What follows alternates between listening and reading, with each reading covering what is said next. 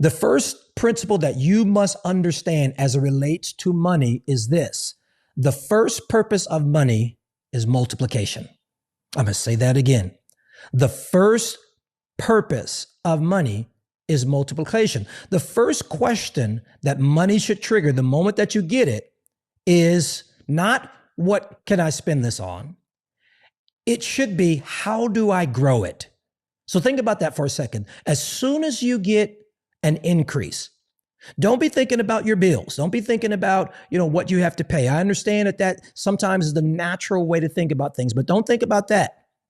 I'm going to tell you right now, and I've even taught, in a different way until I've got this revelation. I don't even know if the first thing you ought to think about is the tithe. No. And I get it. And I teach this all the time. Be grateful. Be extremely grateful to God. And we know that tithing is a representation not only of obedience, but gratitude. But even before you get there, and I'm going to show you this in context, even before you get to gratitude and getting ready to honor God with the tithe, and I will never not tithe. I will never not give God a tenth of my increase. But the first thing that I am thinking when my increase comes in is, God, how do I grow it? And the reason why I have to think about how do I grow it is because you have to understand that money is a limited resource. They used to say growing up, money doesn't grow on trees. And that is so true. It is a limited resource, which means that if it's limited, that last amount of money that you got could literally be the last thing that you get.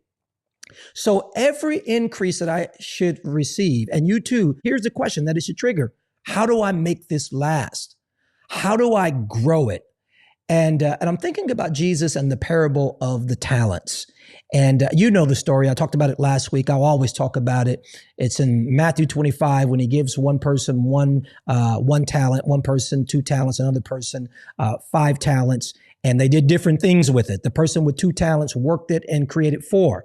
The person with the 5 talents worked it and created 5. But the one with the 1 talent, he took it and he buried it.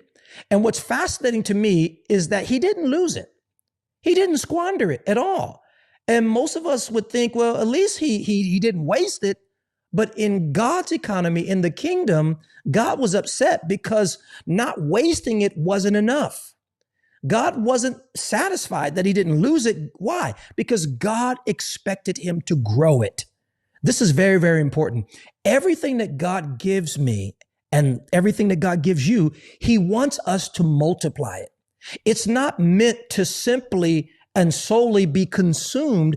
It's meant to grow. That's the first principle. The first principle of managing money well, of making it grow, is the consciousness that it is supposed to grow.